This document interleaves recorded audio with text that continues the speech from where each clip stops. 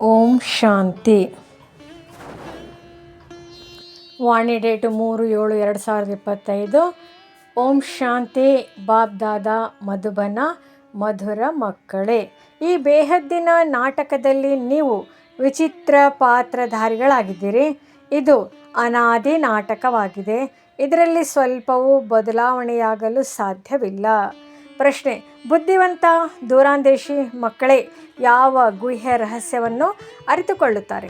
ಉತ್ತರ: ಮೂಲವತನದಿಂದ ಹಿಡಿದು ಇಡೀ ನಾಟಕದ ಆದಿ ಮಧ್ಯ ಅಂತ್ಯದ ರಹಸ್ಯವನ್ನು ದೂರಾಂದೇಶಿ ಮಕ್ಕಳೇ ಅರಿತುಕೊಳ್ಳುತ್ತಾರೆ. ಬೀಜ ಮತ್ತು ವೃಕ್ಷದ ಸಂಪೂರ್ಣ ಜ್ಞಾನವು ಅವರ ಬುದ್ಧಿಯಲ್ಲಿರುತ್ತದೆ. ಅವರೇ ಅರಿತುಕೊಳ್ಳುತ್ತಾರೆ. ಈ ಬೇಹದ್ದಿನ ನಾಟಕದಲ್ಲಿ ಆತ್ಮರೂಪಿ ನಟ ಈ ಉಡುಪನ್ನು ಧರಿಸಿ ಪಾತ್ರವನ್ನು ಅಭಿನಯಿಸುತ್ತಿದೆ. ಇದು ಸತ್ಯುಗದಿಂದ ಹಿಡಿದು ಕಲಿಯುಗದವರೆಗೆ ಪಾತ್ರವನ್ನು ಅಭಿನಯಿಸಬೇಕಾಗಿದೆ. ಯಾವುದೇ ಪಾತ್ರಧಾರಿಯು ಮಧ್ಯದಲ್ಲಿಯೇ ಹಿಂತಿರುಗಿ ಹೋಗಲು ಸಾಧ್ಯವಿಲ್ಲ. ಗೀತೆ: ನೀನು ರಾತ್ರಿಯನ್ನು ಮಲಗುತ್ತಾ ಕಳೆದು ಹಗಲನ್ನು ತಿನ್ನುತ್ತಾ ಕಳೆದೆ. ಧಾರಣೆಗಾಗಿ ಮುಖ್ಯ ಸಾರ: ಬುದ್ಧಿಯನ್ನು ಜ್ಞಾನ ಚಿಂತನೆಯಲ್ಲಿ ಬ್ಯುಸಿಯಾಗಿಟ್ಟುಕೊಳ್ಳುವ ಹವ್ಯಾಸ ಮಾಡಿಕೊಳ್ಳಬೇಕಾಗಿದೆ. ಸಮಯ ಸಿಕ್ಕಿದಾಗ ಏಕಾಂತದಲ್ಲಿ ಕುಳಿತು ವಿಚಾರ ಸಾಗರ ಮಂಥನ ಮಾಡಬೇಕಾಗಿದೆ. ತಂದೆಯನ್ನು ನೆನಪು ಮಾಡಿ ಸತ್ಯ ಸಂಪಾದನೆಯನ್ನು ಜಮಾ ಮಾಡಿಕೊಳ್ಳಬೇಕು. ದೂರಾಂದೇಶಿಗಳಾಗಿ ಈ ಬೇಹದ್ದಿನ ನಾಟಕವನ್ನು ಯಥಾರ್ಥ ರೀತಿಯಿಂದ ತಿಳಿದುಕೊಳ್ಳಬೇಕಾಗಿದೆ. ಎಲ್ಲ ಪಾತ್ರಧಾರಿಗಳ ಪಾತ್ರವನ್ನು ಸಾಕ್ಷಿಯಾಗಿ ನೋಡಬೇಕಾಗಿದೆ. ವರದಾನ: ಮಧುರತೆಯದ ಮೂಲಕ ಸದಾ ಮುಂದುವರಿಯುವಂಥವರು ಶ್ರೇಷ್ಠ ಆತ್ಮಭವ. ಮಧುರತೆ ಇಂತಹ ವಿಶೇಷ ಧಾರಣೆಯಾಗಿದೆ. ಯಾವುದು ಕಠಿಣ ಧರಣಿಯನ್ನು ಸಹ ಮಧುರವನ್ನಾಗಿ ಮಾಡಿಬಿಡುವುದು. ಯಾರಿಗೇ ಆಗಲಿ 2 ಗಳಿಗೆ ಮಧುರ ದೃಷ್ಟಿ ಕೊಡಿ.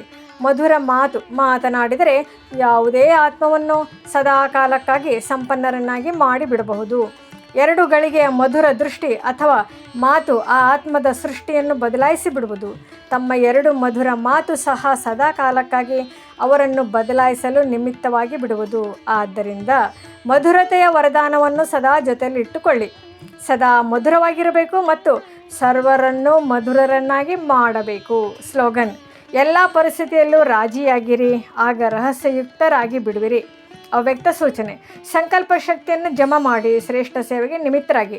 ಯಾವಾಗ ಬೇರೆ ಎಲ್ಲ ಸಂಕಲ್ಪಗಳು ಶಾಂತವಾಗಿ ಬಿಡುತ್ತದೆ, ಕೇವಲ ಒಬ್ಬ ತಂದೆ ಹಾಗೂ ತಾವು ಈ ಮಿಲನದ ಅನುಭೂತಿಯ ಸಂಕಲ್ಪ ಇರುತ್ತದೆ ಎಂದಾಗ ಸಂಕಲ್ಪ ಶಕ್ತಿ ಜಮಾ ಆಗುತ್ತದೆ ಹಾಗೂ ಯೋಗ ಶಕ್ತಿಶಾಲಿ ಆಗುತ್ತದೆ. ಇದಕ್ಕಾಗಿ ಸಮಾವೇಶ ಮಾಡಿಕೊಳ್ಳುವ ಅಥವಾ ಎಲ್ಲವನ್ನು ಒಟ್ಟುಗೂಡಿಸುವ ಶಕ್ತಿಯನ್ನು ಧಾರಣೆ ಮಾಡಿ. ಸಂಕಲ್ಪಗಳ ಮೇಲೆ ಫುಲ್ ಬ್ರೇಕ್ ಹಾಕಿ.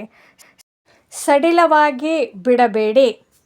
ಒಂದು ವೇಳೆ 1 ಸೆಕೆಂಡಿನ ಬದಲಾಗಿ ಜಾಸ್ತಿ ಸಮಯ ಹಿಡಿಸುತ್ತದೆ ಎಂದರೆ ಸಮಾವೇಶ ಮಾಡುವ ಶಕ್ತಿ ಬಲಹೀನವಾಗಿದೆ.